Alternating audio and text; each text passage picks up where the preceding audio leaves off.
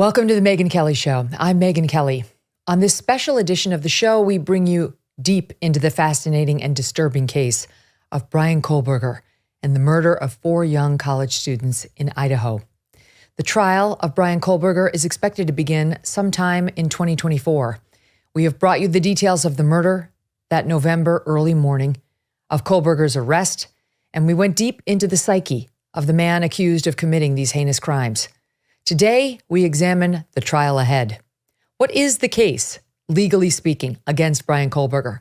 What are the key components you should expect prosecutors to lean on when they get in front of a jury? And keep in mind, we are going to get to watch as all of this plays out. The judge has agreed to televise this trial. Now, it will be with courtroom cameras and without media, but America will have a front row seat for the people versus Bryan Kohberger. Hey, subscribe to the show on YouTube and follow me on Facebook, Instagram, and Twitter. Millions of Americans earn and use credit card rewards. A few big box retailers want to take those rewards away. That's according to the Electronics Payments Coalition, a sponsor of today's episode. These are rewards you may be enjoying the use of on groceries, on school supplies, cash back to save on gas, to grow small businesses, travel miles to make memories. The so-called Credit Card Competition Act would eliminate credit card rewards. No more travel miles, no more cash back. Visit handsoffmyrewards.com to learn more. And if you want to help them, tell your legislator to stand up to the retail giants and to support consumers and small businesses. It may sound like an open and shut case for the prosecution, but trial attorney after trial attorney, seasoned pros, have been warning us all year, not so fast, that this case is far from a slam dunk for prosecutors. It's not going to be easy. But first, remember, Bryan Kohberger, through his attorneys, maintains that he is innocent. Following his arrest, his initial public defender in Pennsylvania, Jason Labar, released a statement on Kohberger's behalf that reads, Kohberger is eager to be exonerated and looks forward to resolving these matters as soon as possible. Eager to be exonerated. Mr. Kohberger, the statement goes on, has been accused of very serious crimes, but the American justice system cloaks him in a veil of innocence. He should be presumed innocent until proven otherwise, not tried in the court of public opinion. One should not pass judgment about the facts of the case unless and until a fair trial in court, at which time all sides may be heard and inferences challenged. Labar told NBC's Today Show that Bryan believes he will be exonerated. He believes he's going to be exonerated. That's what he believes. Those were his words. When we interviewed Phil Houston, author of the book Spy the Lie and former CIA officer, he noted that exonerated comment. He did release a statement to us, all of us, through his lawyer, that he looks forward to being exonerated. So he's definitely trying to tell us, I am going to be found not guilty, but the words used raised a red flag for you. Why? There's something very important missing from that statement, Megyn, and that is I didn't do it. And it is in their efforts to focus on convincing everybody that they didn't do it, they forget to say, I didn't do it. And wow. it is not a truthful fact for them. In fact, they're dealing mentally with an ugly fact, which is I did do it. And so that gets pushed to the background. And now I have to focus on strategy and how do I get out of this? Since the arrest, we have heard bits and pieces from Kohberger's defense team. In May, at Kohberger's arraignment, he and his attorney made the bizarre decision to stand silent and make the judge enter Kohberger's not guilty plea. Okay, Ms. Taylor, is Mr. Kohberger prepared to plead to these charges? Your Honor, we will be standing silent. Okay, because Mr. Kohberger is standing silent, I'm going to enter not guilty pleas on each charge. Counts 1, 2, 3, 4, and 5. Kohberger sat there in an orange jumpsuit, but did not speak. Kohberger's defense team has been very active in hammering the prosecution with motion practice. In June, in an effort to get the DNA evidence thrown out, the defense floated a theory that Kohberger's DNA might have been planted on the knife sheath and described the process as rigged, saying the state was purely focused on Kohberger and used a, quote, bizarrely complex DNA tree experiment to make their match. They tried to dismiss the grand jury indictment entirely, claiming that the grand jury had been misled about the proper standard of proof. That was not successful. And then, in a formal objection, the defense team has gone public with one hint of what we believe is to come at trial, claiming Kohberger has an alibi. This is something they would be required to disclose, and we'll get into it in just a bit. And of course, the big news came in August. With the trial just 6 weeks away as of then, Kohberger waived his right to a speedy trial, and the trial that was set to begin in October was postponed indefinitely. His defense team argued they needed far more time to prepare and go through all the material provided to them by the prosecution, especially as the state said they plan to seek the death penalty in this case. So here we sit with no trial date as of December 2023. Soon, we will take you down an incredible road, a truly fascinating possibility about an entirely different direction this case could take once those defense attorneys get on their feet. A theory expertly crafted by the longtime journalist and author Howard Blum, who covered this case in great detail for Airmail News. Blum's forthcoming book on this case will be published in the spring by HarperCollins. You're not going to want to miss that. We're going to bring you some of Blum's writing throughout this episode with his agreement. But let's start with the case against Kohberger, the DNA evidence found on the knife sheath in the house on 1122 King Road. That's critical. But as Blum writes, the DNA here may not be exactly irrefutable. The consumer DNA kits that are sold in your local CVS need about 750 to 1,000 nanograms to find out all they need to know about you. That's not much. It's smaller than a speck of floating dust and a whole lot less substantial. A single nanogram is as heavy as a breeze. It weighs a few trillionths of a pound. There's nothing to it. But crime scenes often contain a whole lot less DNA than that. The forensic teams will routinely wind up with only 100 or so nanograms of DNA. Yet scientists can nevertheless work their magic and use even this microscopic amount of genetic evidence to nail the criminal. The problem, however, was that the DNA on the knife sheath here, authorities would concede on background, was less than 100 nanograms. A whole lot less. A mere fraction, in fact, of a single nanogram. Nothing more than just a handful of microscopic-sized cells. In total, according to knowledgeable sources, about 20 cells, reports Blum. Maybe, they whispered, even fewer. The DNA sample was as small as a fragment of a speck balanced on the head of a tiny pin. It no longer mattered that they had previously drawn a blank trying to make a link between the DNA on the knife sheath, button, and Bryan Kohberger. They had succeeded in doing the next best thing, and they were convinced that was good enough.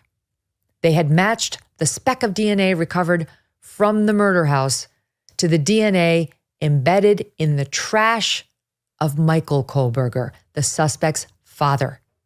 And while moralists might find biblical authority for the argument that the father is not responsible for his son's alleged sins, the more practical geneticists had found an indisputable link. Quote, at least 99.9998% of the male population would be expected to be excluded from the possibility of being the suspect's biological father, end quote. Meaning the DNA on the knife sheath button belonged, the Idaho authorities asserted, to Michael Kohberger's son, Bryan. So they had the knife sheath with a miraculous DNA match, but minuscule amounts, and apparently only touch DNA, which, as we discussed in episode 2, is not exactly a smoking gun. A defense attorney can do a lot to poke holes in touch DNA. And while the knife sheath was found, the knife was not. Where's the supposed murder weapon? Still nothing on that, as far as we know. Then there's the evidence around the white 2015 Hyundai Elantra that happens to be Kohberger's car. And separate but related, the cell phone pings from Kohberger's phone. That's not a slam dunk for the prosecution here either. Take, for instructive example, the now infamous sightings of the white Hyundai Elantra on surveillance camera footage in the vicinity of the King Roadhouse in the pre-dawn minutes subsequent to the savage killings of the 4 college students. Within days of the murders, the Moscow police had gathered a stream of video featuring what they quickly dubbed Suspect Vehicle 1. Only they had a problem with the quality of the images. They were flickering, recorded in varying light. The pixels had captured a fast-moving white car, but that was about all the local cops could say for sure. So the promising but far from conclusive videos were swiftly dispatched to Building 27958A, Pod E, Quantico, Virginia. That was where the forensic examiners of the Image Analysis Unit of the FBI Operational Technology Division worked their magic, using a bit of software that had been originally developed at the cost of about $1 million taxpayer dollars for a secretive Defense Department outfit nestled deep in the clandestine heart of the deep state, the Irregular Warfare Technical Support Directorate. With the click of a few computer keys, the program searches through a staggering inventory of cars until it ultimately, according to the confident government description, quote, identifies the make and model of the vehicle in a still image. And it worked. Like a charm on the handful of videos the Moscow cops had gathered. Or more precisely, 3 charms. The FBI forensic examiner first deduced that Suspect Vehicle 1 was a 2011 through 13 Hyundai Elantra. Then, quote, upon further review, to use the chagrined phrase of the candid Idaho authorities, he decided the mysterious Hyundai might very well be actually a 2011 through 16 vehicle. And when he pored over the image of a car consistent with the Hyundai near the murder scene that was caught on camera not long after the killings racing toward Pullman, Washington, he deduced that it was a 2014 through 16 Hyundai. That is, he cast a pretty broad net, and he cast it 3 times to boot. Still, when it turned out that Bryan Kohberger owned a 2015 white Hyundai Elantra, it was right in the ballpark of the FBI's analysis of the make and model of Suspect Vehicle 1. But it was a Superdome-sized ballpark. It had been stretched to cover 5 full years of cars. A smart defense attorney could drive a fleet of Hyundais through a speculative gap that wide. And that wasn't all. There was further cause for hand-wringing in the aftermath of the FBI's vaunted forensic image analysis. Despite all the inventive manipulation of the pixels in the video footage of Suspect Vehicle 1, the analysts still could not come up with a legible shot of the license plate. They couldn't even offer a guess.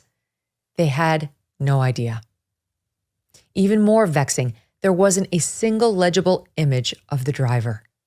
The Bureau wizards tried all sorts of photographic tricks to pull a face from the blur, as you can imagine. In the end, however, the best they could decipher was a dark, murky shadow hovering over the steering wheel. And you can't slap handcuffs on a shadow.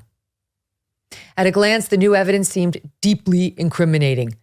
Kohberger's car was arguably placed near the King Road house immediately before the murder, and later hightailing it away from the scene of the crime in the pre-dawn aftermath. His cell phone pinged to towers that seemed to correlate to the Elantra's route. However, when examined closely, it turned out that the maps had been sketched with a swirling, impressionistic hand rather than with a cartographer's rigor. What went unmentioned deliberately when the police shared their handiwork with the public was that those cell phone towers cast a wide net. Their range can be as broad as 14 miles. And in a cozy town like Moscow, that takes in a whole lot of territory. It's more wishful thinking than solid detective work to put Kohberger's phone at a precise spot at a certain time. Being in the vicinity is not the same as being at an exact address. Just ask anyone whose Amazon delivery wound up at a neighbor's house, or any of the combative defense attorneys who've succeeded in convincing courts to question the reliability and accuracy of the FBI's attempts to map the signal footprints cast by cell towers. Our Megyn Kelly Show lawyers, they come on for a segment we have called Kelly's Court. They know the challenges here. As famed former prosecutor Marcia Clark and defense attorney Mark Garagos discussed with me when we had them on earlier this year. The car was spotted there by surveillance cameras before the fact, for weeks before the fact, which indicates the possibility of stalking. And then you have the cell phone pings that corroborate the movements of the car. Then you have the observation by DM, the other girl who lives there, that makes it very clear the intruder is there. And also she has the one characteristic of bushy eyebrows that did go along with his appearance. And that's not the strongest thing. And I'm never a big fan of eyewitness identification cases. But when you start to put it all together, it is starting to look that way. Now, you're right. At this point, it's not a slam dunk. It looks very much like it's moving in that direction, but that's why they're continuing to investigate. And, of course, they're going to turn his apartment upside down. They're going to turn this crime scene upside down. And we're going to see a lot more in days to come. Go ahead, Mark. What are your thoughts on I don't on all that? disagree with Marcia. I think that you've got, to me, it's probable cause all day long. However, I've said it before and I'll say it again. There's so many holes in this. I can't tell you the number of murder cases that have turned out that the cell phone evidence ended up exonerating my client as opposed to showing that he was guilty. As I'm sitting right here, I could be using my phone and it could be pinging onto two towers 12 miles away from each other just by virtue of the amount of traffic on one of the towers. So I've never been a fan of the cell phone triangulation. It's a good tool to try to get you there, but I've used it to show that somebody was 40 miles away at the time of the crime and exonerated them. So that's not going to get them there. They also, the fact that the phone was not being used during the 2-hour period. I know law enforcement speculates that he turned it off. There's other explanations like he wasn't there. So those kinds of things, you get jury instructions that say 2 reasonable alternatives. You got to pick the one that points towards innocence. They need more evidence. There is at least one other arrow in the prosecution's quiver, the possibility of an actual eyewitness. As we told you about in episode 1, her name is Dylan Mortensen. Yes, one of the surviving roommates claims to have actually seen the killer, despite the fact that she never called the police until someone else did it from her phone more than 7 hours later. Still, she described to police the next day seeing someone 5'10" or taller, male, not very muscular, but athletically built with bushy eyebrows. This physical description, while vague, certainly matches Kohberger. Will it be enough? As Blum writes, cop after cop promises that the single unshakable reason Kohberger will be sent by the state to his richly deserved death is Bill Thompson, the county prosecutor. Thompson, his long white biblical beard flailing about as the wind roars. Thompson, in his down-home uniform of jeans and fleece vests. Thompson, the wry musician who plays rock, folk, country with his band. Thompson, who had been in office for over 30 years. Thompson, who had famously done the impossible in the closely followed Rachel Anderson murder case and won a conviction without the body ever being found. An improbable victory that sent no less a culprit than a blood relative of Al Capone to jail for life. Rumor has it that this will be Thompson's last hurrah. There is no way, cops believe, that he would retire to idle away his days strumming his guitar and casting his fishing rod without having secured his already impressive reputation with a final victory in a big trial like this. And trials just don't come any bigger than this one in Latah County. But will it all be enough? Will it be enough for a prosecution to prevail? The Mysterious Case of Rudolph Diesel by Doug Brunt. It's officially a New York Times bestseller, as well as an Apple Book of the Year, an Audible Book of the Year. It's even been optioned for a movie. Rave reviews from The Times, The Journal, Publishers Weekly, and more, calling Diesel a wildly enjoyable ride. It is a page-turning thriller about the greatest caper of the 20th century, all involving a man whose name you likely see at the gas station every day, but probably had no idea was at the center of one of the greatest mysteries of all time. Don't miss out on the book everyone's talking about. It will make the perfect gift, The Mysterious Case of Rudolph Diesel. The Megyn Kelly Show is supported by Grand Canyon University. Founded in 1949, GCU is a private Christian university that's dedicated to delivering an affordable and transformative higher education. Their vibrant campus is located in beautiful Phoenix, Arizona. And according to niche.com, it's ranked a top 25 best campus in the country.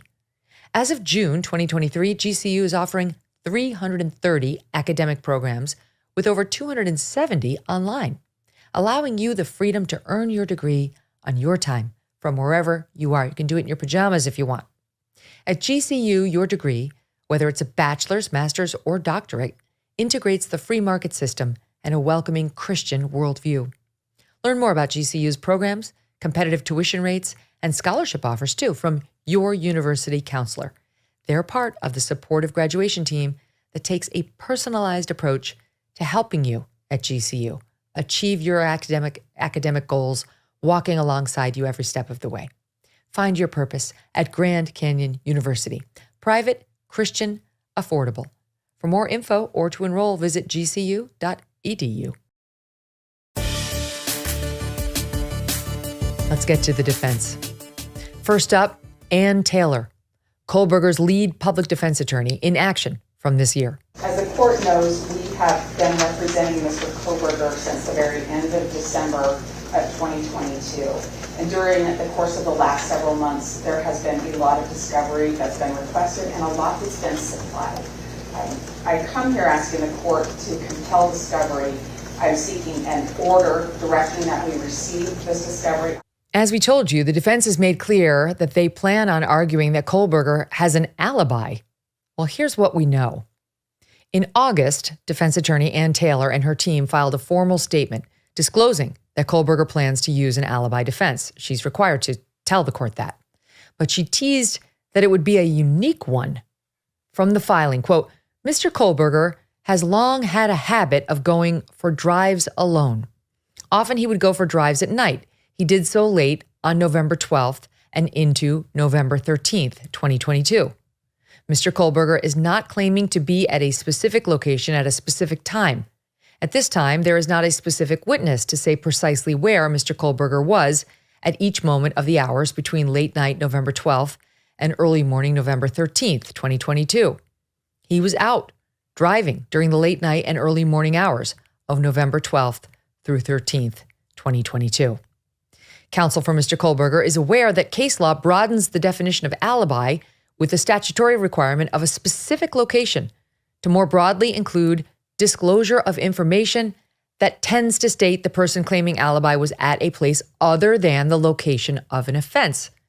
Mr. Kohberger has complied to the extent possible at this time.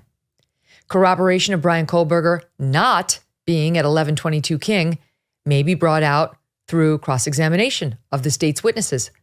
At this time, Mr. Kohberger cannot be more specific about the possible witnesses and exactly what they will say. The defense has been hampered by the state's own choices. The state chose a secret grand jury rather than the planned preliminary hearing. Had the state moved forward with the preliminary hearing, the defense would have had the opportunity to develop testimony through cross-examination and witness presentation. End quote. That's it. That's his, quote, alibi. He was out driving alone. But there also may be corroboration of him not being at the location brought out through some unspecified future cross-examination of someone and witness presentation, but we don't know of exactly whom. Now, we do know that Kohberger's neighbor in Washington state said that Kohberger was often active at night. But what about that night, November 12th, leading into the 13th? Could there be more to the story? His lawyers have been diligent. They have pounded the courthouse table with motions, a rat-a-tat-tat of demands for discovery, objections to protective orders, and so on. Even a curious request for the personnel files of 3 of the cops who played a role in helping to clamp the cuffs on Kohberger. It's a seemingly desperate strategy that has left the Moscow, Idaho authorities bemused, Howard Blum reports. In the second-floor detective shack of the Moscow Police Department building, the mood is, he says, haughty and confident. SODDI, the cops taunt derisively. Some other dude did it. How many times have they heard that, and how did those cases work out? We got our man, they insist, and there's no way he's going to wiggle out of this. With an attention-grabbing oratorical drum roll, defense sources enumerate the large, lingering mysteries the prosecution has refused to address. And they very pointedly make the case that these inconvenient truths, when lined up end to end, hint at another, still untold story. Consider the timeline for the murders, the prosecution asserts, was an extremely tight window. Remember, one victim was on her phone looking at TikTok at 4:12 a.m., and police estimate the suspect was gone by 4:25 a.m. Could a single assassin, a graduate student, not a Sicario, get the job done with such disciplined professionalism and then disappear into the night without leaving a single drop of his blood in the house, in his car, on his clothes, or in his apartment? The stunned cops arriving on the scene had described what they encountered as a bloodbath. Is this lack of blood evidence testimony to the killer's fastidiousness or a prod to go down other ruminative paths? And remember, too, Kaylee's father had found a measure of small comfort in the fact that his brave daughter had, the coroner had revealed to him, fought back like a tiger. And yet no traces of cuts, scrapes, or bruises were observed on Bryan Kohberger. 4 young, fit targets, and he somehow traipsed away with his pasty skin as smooth and unblemished as any sedentary academic's. Then there's the coroner's autopsy reports. What was behind the delay in the determination of Ethan's wounds? The autopsy was performed on November 17th, but the report on his death was not issued for nearly a month, December 15th. Had there been a problem in reaching the findings, a final analysis that had been subject to weeks of debate? The coroner's descriptions of the wounds, as noted in court documents, seems to differ from floor to floor in the house. Kaylee and Maddie, lying in the same bed on the 3rd floor, suffered through, quote, visible stab wounds.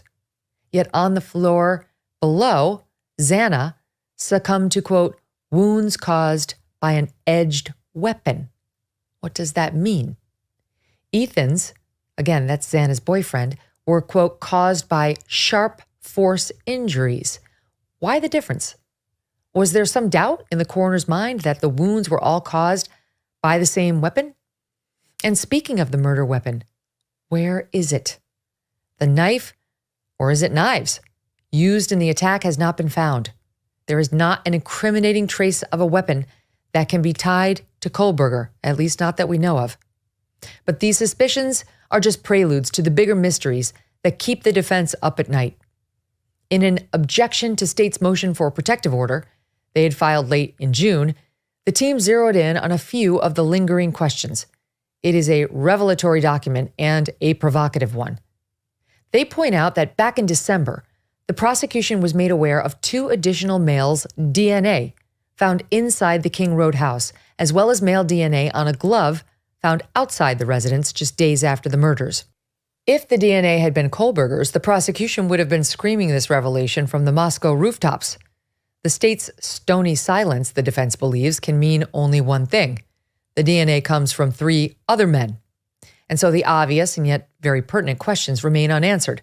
Who are they? And how do these 3 unknown men fit into the horrific events of that night, if at all? And there is still another ticking bomb in the court document. The motion dramatically demolishes the tantalizing press reports that had been buzzing around the case for several months. Forget the unfounded stories about online direct messages between Kohberger and one of the victims. Forget the alleged run-in at a Main Street Moscow restaurant where 2 of the girls worked.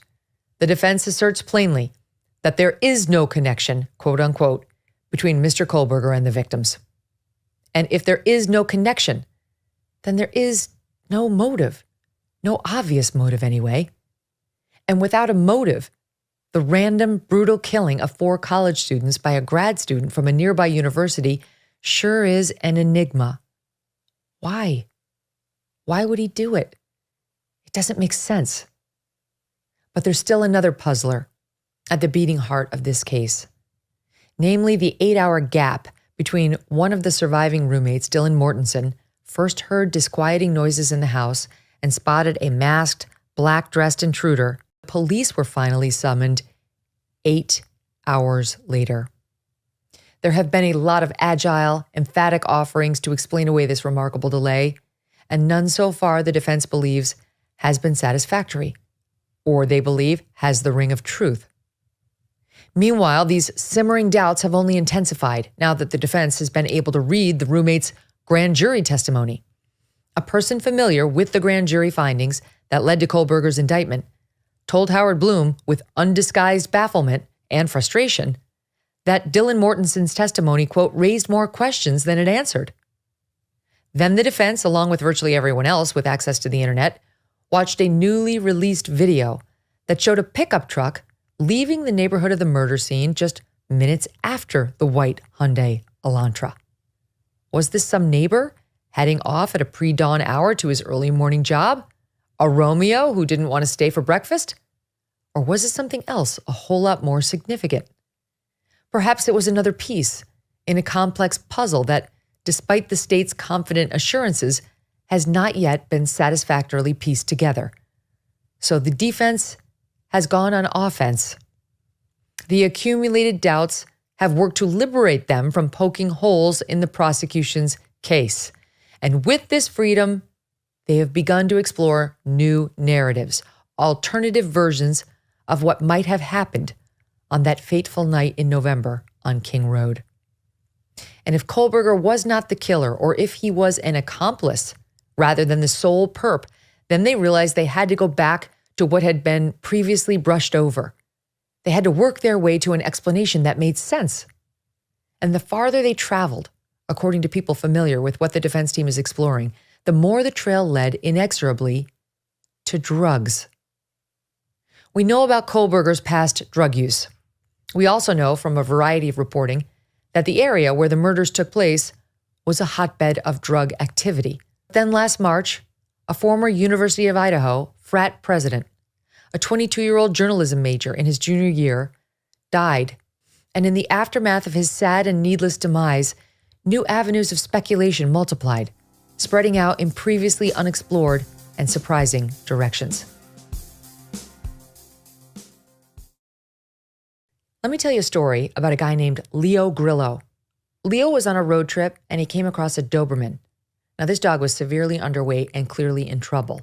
Leo rescued the dog and named him Delta. Sadly, Delta was just one of many animals that needed help. And this inspired Leo to start Delta Rescue, the largest no-kill, care-for-life animal sanctuary in the world. They've rescued thousands of dogs, cats, horses from the wilderness, and they provide their animals with shelter, love, safety, a home. It's dedication and everlasting love to animals. That's Leo's mission and legacy. Delta Rescue relies solely on contributions to stay open. And if you want caring for these animals to be part of your legacy, speak with your estate planner because there are tax savings, estate planning benefits too. You can grow your estate while letting your love for animals live well into the future. Check out the estate planning tab on their website to learn more and speak with your own advisor. We call a dog a man's best friend for a reason. You can help those who need it most. Visit deltarescue.org today to learn more. That's deltarescue.org. EnviroCleanse just announced a huge holiday sale. Let me tell you why this is important. They're predicting another triple-demic this year, and the best way to fight a cold or a flu is to just not get it in the first place. And with their limited time holiday sale, you will save 30%. So why EnviroCleanse over all the others? Because EnviroCleanse is proven to capture and destroy cold and flu viruses other purifiers miss. EnviroCleanse's military-grade technology wipes out bacteria, toxins, and mold that can make you sick. That's why the Navy chose EnviroCleanse to protect the air on board our Navy ships. Get EnviroCleanse for your home before a virus affects your whole family. Right now, you'll save 30% during their holiday sale, plus get fast free shipping. Visit ekpure.com and use code Megyn30 for 30% off your order. ekpure.com, code Megyn30. ekpure.com. It was spring break, and Caden Young was looking to score, and he succeeded, only to pay with his life. That is a thumbnail history of the events as detailed in the initial news stories. However, the voluminous police reports, as well as a conversation with one of the detectives who had led the investigation and with a legal aid lawyer who subsequently got involved, offer a more detailed account, one that introduces two new actors to Caden's story and perhaps to ours. They're a couple who quickly caught the defense team's rapt attention and continue to hold it like a magnet. It was all too common, another young life ravaged by fentanyl. And within days, it might very well have become simply another tragic statistic in a national body count that is climbing toward pandemic proportions. But then the police made 2 arrests in connection with Caden Young's death. Hurrying to room 214 of the Holiday Inn, where Young had first overdosed, the police arrested Emma Bailey, 22, of Moscow, and Demetrius Robinson, 36, of Tacoma, just as they were apparently preparing to leave. They were each charged with 1 count of conspiracy to commit a violation of the Uniform Controlled Substances Act. That is, they had allegedly supplied the student with the lethal fentanyl-laced cocaine. They were held on $100,000 bail. Pleading not guilty but unable to post bail, they were shuffled off to the Lewis County Jail where they were to await their May 30th trial date. The pair spent 2 months and 5 days behind bars. And during that time, law enforcement investigators and the press kept digging. And what they unearthed grabbed the attention of the preternaturally curious Kohberger defense team. Demetrius Robinson, or D, as he was widely known in the college towns of both Moscow, Idaho, and Pullman, Washington, had quite a rap sheet. Extensive was the adjective the local paper used to describe it. Violent was the modifier, though, that leaped up in many people's minds. Among the eyebrow-raising highlights, a 15-month prison sentence for a second-degree assault in Pullman back in 2018, a second-degree rape investigation 2 years later, and then in 2021, an arrest in Pullman for suspicion of possession of a controlled substance with intent to deliver, and for allegedly assaulting a companion when their alleged partnership went south. While the drug case had fallen apart because of legal concerns over an overly gung-ho search of a hotel room, the 4th-degree assault and harassment charges stuck, and Robinson served 151 days in jail. Also scattered about Robinson's sheet were 5 charges for driving with a suspended license, one of which landed him in jail for 5 days. There was an outstanding arrest warrant for another. As for Emma Bailey, her record was more banal. A DUI arrest this past February after she breezed through a red light in Pullman around 2 a.m. When the cops dug deeper, they grew to suspect that the couple were very possibly dealing drugs they had scored in Seattle to the local colleges in Pullman and Moscow. In fact, they discovered, and the detective's incident report flatly stated, there were investigations in other jurisdictions for Emma and Demetrius for narcotics trafficking. But just 5 days before the trial for supplying the lethal cocaine was to begin, a judge dismissed the case. Their legal aid lawyer had zeroed in on a technicality, but it was clearly a very consequential one: the question of prosecutorial jurisdiction. Apparently, they had been scheduled to be tried in the county where the death had occurred rather than where the cocaine had been ingested. But their good fortune might be short-lived. The judge dismissed that case without prejudice, which means it can be refiled in the same court of law if the authorities draft a new and more carefully drawn indictment. Is one in the works? All a fuming Centralia detective who'd been involved in the case from the morning he'd found Young's inert body would say is, we are not going to let this case disappear. And he's not alone. The case hasn't disappeared from the thoughts of the Kohberger defense team either. Why? What does this have to do with him? It is a touchstone according to people familiar with their inquiries, that has the team digging deep into the possibility of narcotics trafficking along Greek Row in Moscow and wondering whether these furtive activities might have somehow played a part in the quadruple murders. What, if anything, they have uncovered is wrapped up tight by the iron bands of the gag order. The overview offered by the Seattle DEA field office is a tale of cutthroat international intrigue, a pipeline that runs from China, where the fentanyl precursor chemicals are produced, to the sinister Sinaloa and Jalisco cartels in Mexico, which manufacture the drugs and then smuggle the too often lethal product to their distribution networks in northwestern urban hubs such as Seattle and Spokane. Then, with the eager help of a freelance army of small-time distributors, the tentacles of the octopus reach into the seemingly wholesome all-American counties and college towns stretching across the great outdoors. That's the view from 1,000 feet. But Sheriff Brett Myers, head of the Quad City Drug Task Force, a multi-jurisdictional team propped up in part by federal money, whose territory includes the university towns of Moscow and Pullman, offers a ground-level account. And it is enough to give anyone whose kid is heading off to college in the area the willies.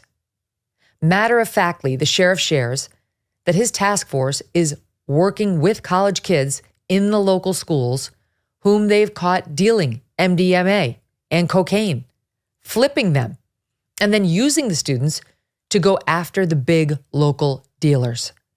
And once the scared, witless college kids have helped his team ID the foot soldiers, quote, we go up the ladder to get the people tied to the cartels in the cities. There are a lot of unanswered questions, he acknowledges. Pressed further about the quadruple murder of the Idaho students, he candidly goes on, could it have been a drug-related case? I can't rule it out. It's not improbable, he says, adding, from what I know, that would answer a lot of questions. But did any of the victims know these two accused drug dealers, Bailey and Robinson? Maybe. Ashlyn Couch, then a University of Idaho senior, was an original signer of the lease, stay with me here, on the King Road house with the others. But she never actually moved in. Nonetheless, she remained a friend as well as a sorority sister of several of the residents, and according to some reports, she would visit from time to time. Couch also follows Emma Bailey, one of our arrestees, on Instagram, which could mean something or nothing. But so we have the person who is the lessor on the King Road house following one of these accused drug dealers on Instagram. It all does lead to another question. Did Emma Bailey, accused drug dealer, know Bryan Kohberger? We know he had a drug past. This question has persuaded investigators associated with the defense to revisit Bryan Kohberger's first day in Moscow. That was 3 months before the murders, when he met his next-door neighbor, Christian Martinez. It was then that Martinez invited his new neighbor, Bryan Kohberger, to a pool party. This is back on July 9th at the Grove, a clapboard complex of buildings filled with college kids, mostly University of Idaho students, just a 15-minute or so drive across the state line in Moscow. Recall Bryan lived in Washington State. Thanks. I have to run and get trunks, Kohberger texted back to Martinez. And so, while Zach DJ Grape Vinyl Cartwright, a muscular PhD in food science with the countenance of an Aztec chieftain and a jet black man bun, manned the turntables at this party, Kohberger, in his new trunks, perched at the shallow end of the large pool. Bad Bunny wailed from the speakers, reports Blum, imploring party, party. Chicken and steak were being grilled to make tacos. There was beer, wine, tequila. The sun was blinding. There must have been 100 or more college kids on the deck surrounding the two large ovals that formed the pristine blue pool. And just down the hill from the housing complex, close enough for Bad Bunny to come rattling through its windows, was the Moscow police headquarters. Taking a seat next to Kohberger that day was Beseth Salamjan, a laid-back, darkly handsome, off-and-on WSU undergraduate who was friends with Kohberger's new neighbor, Martinez, who had invited Kohberger to the party as well as DJ Cartwright. Salam John and Kohberger got to talking. And while the details of their conversation have long been forgotten, Salam John vividly remembers how, quote, the dude would talk chin up, straight to my face. We were just shooting shit, he says, but he was definitely one serious dude. Nice enough, though. Then Salam John stood up and went off to dance. So Kohberger, perhaps not wanting to be a wallflower as the party was gathering steam, went over to talk to the DJ. Quote, he was asking me about my speakers, all kind of technical stuff, Cartwright remembers. But he had this way about him. You know those people who don't understand personal space? He was one of them. He'd get real close. It was off-putting, says Cartwright. Finally, Cartwright told his new acquaintance, quote, I'm DJing, man. I'll catch you later. With that, Kohberger returned to the shallow end of the pool. And before too long, Salam John returned too. And he witnessed two events that in their pregnant way are provocative footnotes to all that would happen in Moscow just a few months later. He watched as Kohberger abruptly jumped up without warning and approached a girl in a black thong bikini with pink hair and a complex tattoo design on her left thigh. Then Kohberger, after only a brief conversation, asked her for her phone number, and he got it. Next, as if a man on a mission, he turned to the pink-haired woman's friend, also in a black two-piece, and asked for her number too. And he succeeded once again. Only after that, perhaps feeling he had accomplished all he'd set out to do, more in fact, Bryan quietly shuffled off while the party was just hitting a groove. He said no goodbyes. Did he ever call the two women? They insist he did not, at least not long enough to speak to them. As it happens, both women received several hang-up calls in the aftermath of the party, but neither of them ever had any thoughts about who the culprit might have been until Kohberger's arrest. And by then, the FBI was inquiring into what went on at that pool party. The agents commandeered a room at the red brick Lightly Student Services building adjacent to the main WSU campus, and with a professional politeness that impressed the students, began interviewing anyone who knew Bryan Kohberger. In the process, they inquired if anyone had any photos or even a video from the July 9th pool party. A few were produced. It was not an extensive record of the festivities, more a haphazard collection of snapshots and at least one brief, somewhat random video. The agents were searching for Consalves, Mogan, Kernodle, or Chapin.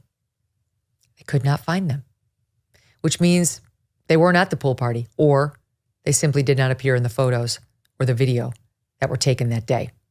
Or maybe they just weren't in the handful of photos and videos that were shared with the Bureau.